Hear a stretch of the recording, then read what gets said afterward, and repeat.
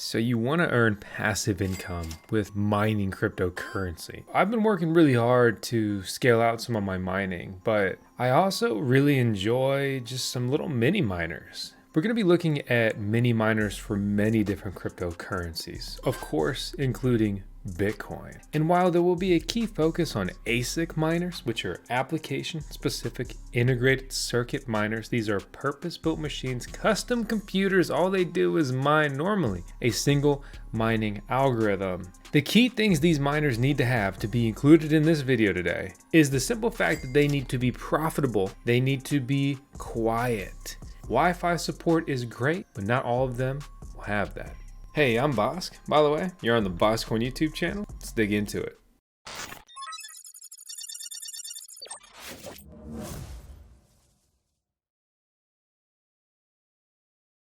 On the topic of mini Bitcoin miners, this thing has become all the rage. I've been telling companies, please make more mini miners, please, please, please, please. Because we're fortunate to have talked to many of the manufacturers over the years now.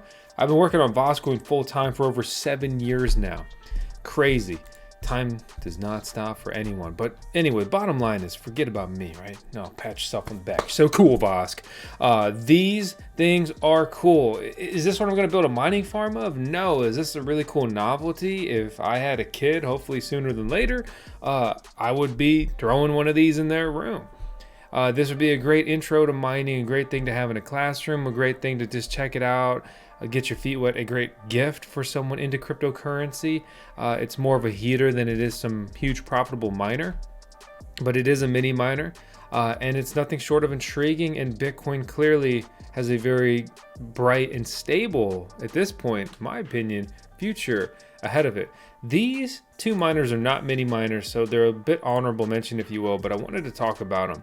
They're basically conversions by Altair, super cool guy. And he's making some cool stuff with a big focus on Bitcoin. But the bottom line is you can convert your T21 to run on single phase with the power supply swap, which can give you a great bang for buck Bitcoin miner. You can also buy the conversion kit alone or convert an S19K Pro or S21 or really other miners as well to run not just single phase electricity, right? That's not too difficult, but they can run on 120 volt, 110 volt. Basically, you can plug it into probably any outlet in your house. And this is even a Wi-Fi module that will make it possible for anyone to mine Bitcoin anywhere. Super cool stuff. Today's video is brought to you in part by Hydra Chain. Hydra Chain is aiming to be the next generation layer 1 blockchain.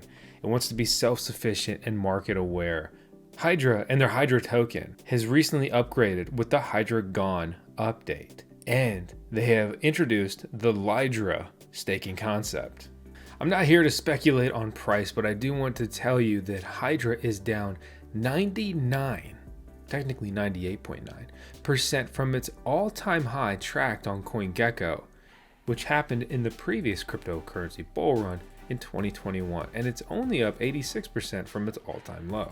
What do you think about Hydra and the way that you can earn with their staking? Let me know. It's not financial advice. Link out in the video description below. Let's talk about one of the hottest miners out right now. That is going to be the AL Box by Goldshell. This miner has been all the rage. Originally, people, myself included, were hoping and thinking that it was going to be pulling like $100 a day in mining profitability, but those days have quickly come and gone. It is, however, still a very lucrative mining device. It's small, it's quiet. You never really seem to know with Goldshell. But some of their miners have Wi-Fi support, and the Wi-Fi works fine, honestly, overall. And some of them don't. I normally plug my stuff in with an Ethernet cable. I have an Eero mesh network, so if I need to get Ethernet anywhere easily, I can just plug in another router, and I have Ethernet access. Don't get too lost in the sauce on this kind of stuff. It's easy, to be frank. It's easy. There's a lot of different ways to go about it, but that is an easy way to do it. So in the last 24 hours, I've mined 20 ALF coins. ALF coins are continuing to go down in price after a massive surge in price over the last year. This is one of the key factors negatively impacting the mining profitability. because you can see, if you actually look at my profit chart, I've pretty much have been mining 20 coins a day since I plugged this thing in. But the mining profitability keeps dipping. 20 coins though is still crazy profitable, because 20 coins is worth over $37. And to put this into perspective, right, the Gold Shell AL box mines the Blake 3 mining algorithm at 360 gigahash a second. Remember, each miner that's on a unique mining algorithm, it can't mine other coins, and the hash rates don't translate and stuff like that. The bottom line is, this thing is like this big, it's small. It only consumes 180 watts, which is basically nothing, right? Your freaking Xbox is pulling more juice than that. They lost me with this terrible naming convention, like Series X. Like, dude, nobody wanted this bullshit. Just call it the Xbox 5. It's hard enough to remember everything. Xbox Series X power draw. Okay, approximate per this 150 watts. I lose, you win. It's about, we're gonna round, it's about in Xbox. And even that's not really a good comparison, because this thing is small, it's quiet, it doesn't put off that much heat, period, the end. The point is, mini miners super profitable. But what do you pay for that? Bang! You pay a lot for that. We got our AL box through ASIC Marketplace, a supporter of the VoskCoin YouTube channel. We have a link out in the video description below where you can go and order one yourself. We have a coupon code down there as well. You can go over to Gold Shell's site and you can try to order one of these from their site.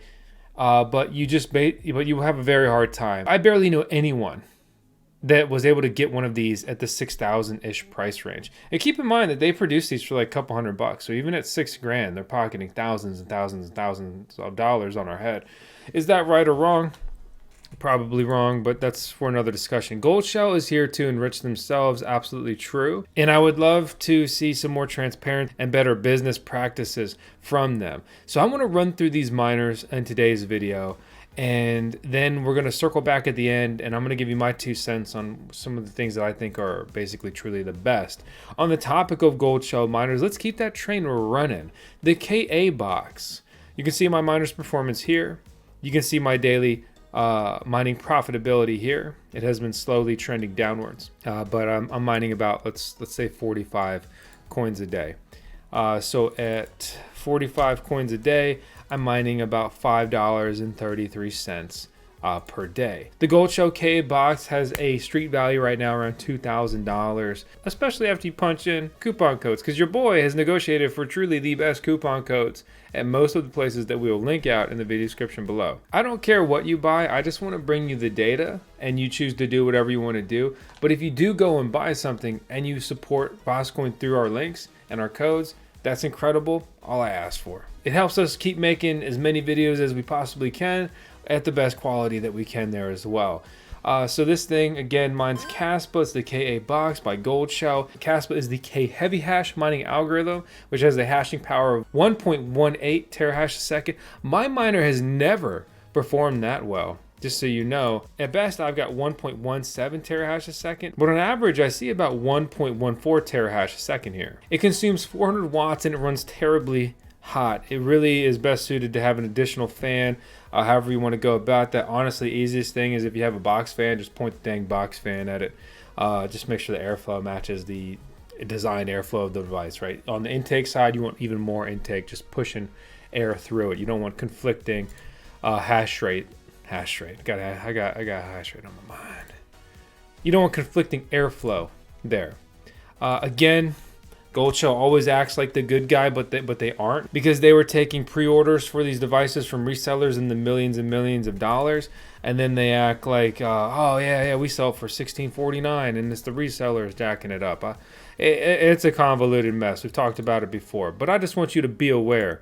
So let's talk about another miner for kaspa that's a mini miner, and this has really been a very exciting, a very easy to acquire overall mini miner over the last year. This miner is over a year old now, not the commemorative cool teal version, but specifically the KS0, not actually the KS0 Pro. The Ice River KS0 is a little mini mining rig. No Wi-Fi support, 200 gigahash a second, only consumes 100 watts. We compare that to the KA box, right? That consumes 4 times the power but the KA box has 6 times the mining capability, the hash rate. So the KA box is better, not insanely better, but it is a more efficient device. It means it's a more profitable device. You'll earn more versus how much you're spending on electricity.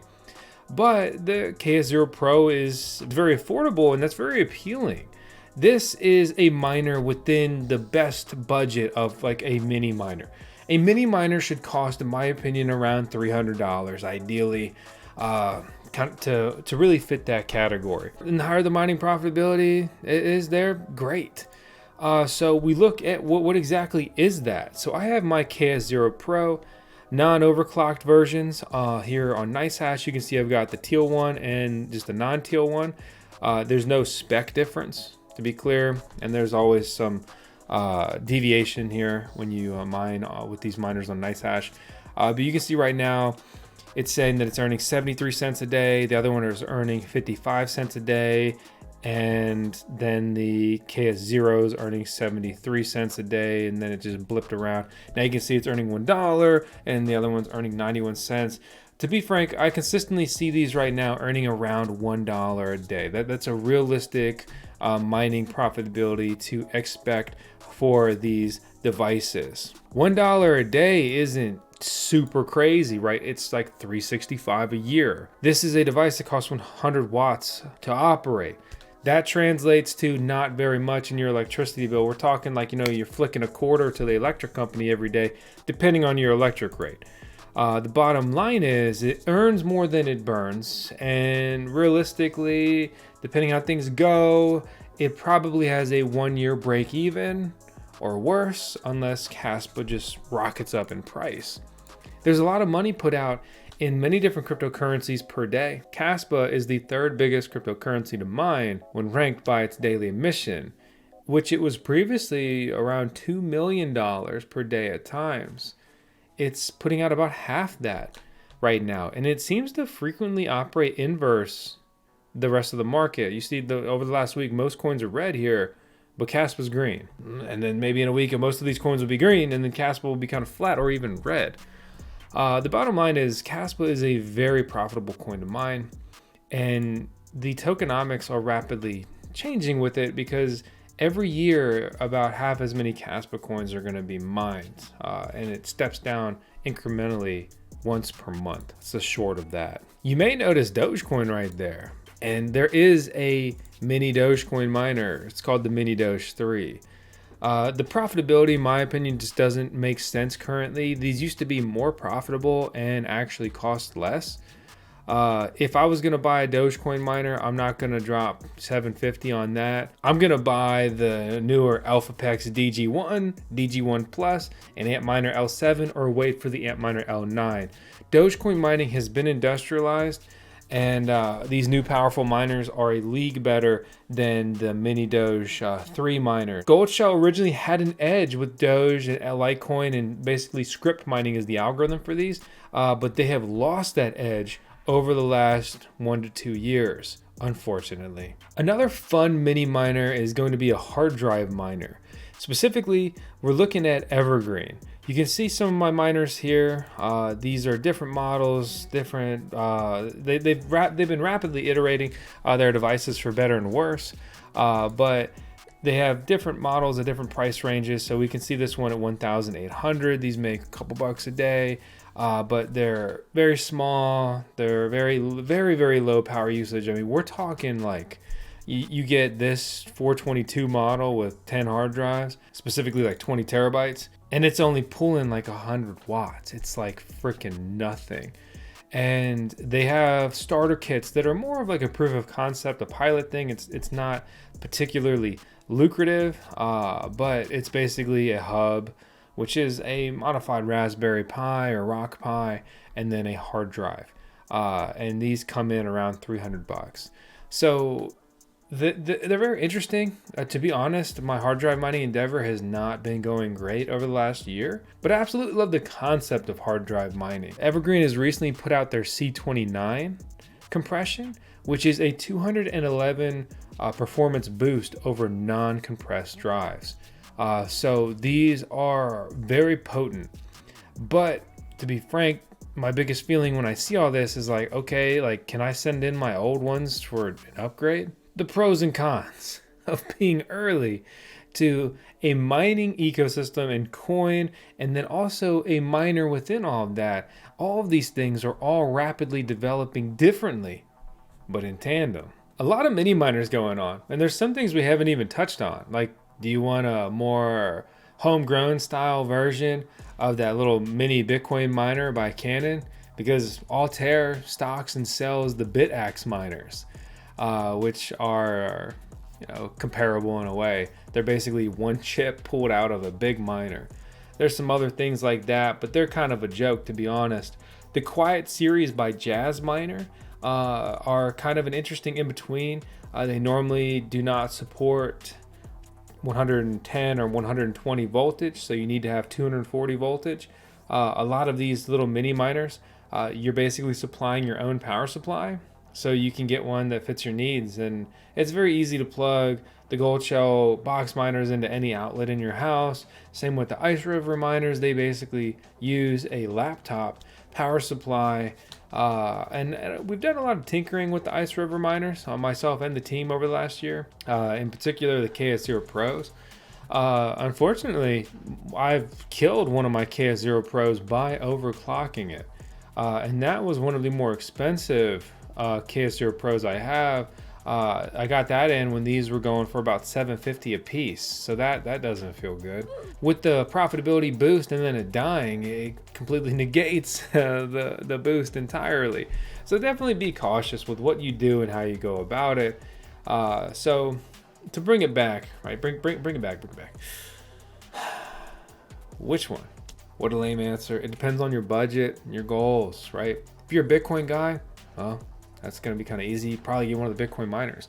But some of these miners can easily just mine Bitcoin indirectly, like the Ice River KS0 Pro. You just put in the nice hash mining pool address and your Bitcoin wallet, and you get automatic Bitcoin payouts. That's cool. That's really cool.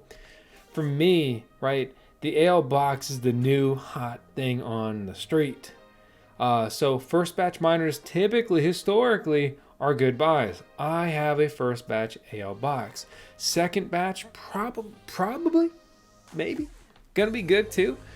So like, if you have the capital to throw at one of those, like, super risky, but it's like the high risk, potential high rewards. That's the one I'm the most interested with. The KA box is in a pretty good spot. It's pretty efficient for what it is. It's pretty small, and honestly the price is pretty reasonable as far as miners go. You can pretty much get into an efficient small mini kaspa ASIC miner for about $2,000. Yes, it's more expensive than I like to see in the mini miner category, but it has a good bit of density attached to it. I still think if you're looking for one of the best affordable mini miners to start with, the KS0 Pro still ticks that box. It's not as profitable as it used to be though. Competition's going up, there's less coins mined every month, and there's more kaspa miners manufactured every month, and the kaspa miners being manufactured are even better. I would not be surprised at all if we see a new KS0 Pro mini miner with a better chip in it sooner than later, maybe over the next 3 months. I don't know, but I would say to not even that I would be surprised by it, I almost expect it. If you want to dabble in hard drive mining, the Evergreen miners are always a great option for that. And their new blue color is cool, along with the C29 compression. It's a big boost, especially if you have non-compressed C3, C5 compressed, and even above that. It's very interesting. It's surprising. And to be frank, I would like Chia to make some clear decisions and directions on what they're gonna do and kind of allow or be able to handle within their network, so that I can get my miners dialed in and just set it and forget it. Or maybe set it and sit back and collect coins, right? So this is my crash course on what some of these mini miners look like, some of their mining profitability, which ones I like in particular. I guess I didn't really answer the question straight up. If you were like, which one you buying right now? If I had the funds, I'd go AL box. It's risky. Hope it works out. Second to that would be the KA box. And then third to that would probably be Just a hard drive miner, playing the long game with that. But I mean, I built a hard drive mining shed, so I'm a bit hopeful and bullish some days on that. KS0 Pro, very cool, but it's kind of dated at this point. And then as far as the Bitcoin miners, I would only buy those if I was unable to run them normally, right? If I was unable to run just a full-size Bitcoin miner on 240 voltage at full capacity, right? You know, if I'm in an apartment or renting a house or whatever, and I'm not allowed to add an electric circuit or whatever reason, then those custom versions become more interesting, or you know, they are applicable or useful, or it's like the only solution. But I have setups where I can just mine Bitcoin normally, so I'm going for full Bitcoin miners if I'm doing that, and I'm actually stepping back from expanding my Bitcoin mining too much post halving, because to be frank, it's very competitive, it's very difficult, and it's hard to turn a profit depending on your electricity rate, in particular with Bitcoin mining. Bitcoin's going into retirement portfolios now with ETFs, and none of the other cryptocurrencies are. It's that risk profile. Where are we gonna go with it? I don't know, but I know that you better be headed towards that subscribe button. Let me know down in the comments if you think that I missed a miner, or you want me to cover a different miner on the next video. You're on the VoskCoin YouTube channel. I hope you enjoyed this video. We're gonna close this out in style. Speaking of Doge in this video, with 10 seconds to tell, she is our CDO, our Chief Dogecoin Officer here at VoskCoin. We take C titles pretty serious, and you better too.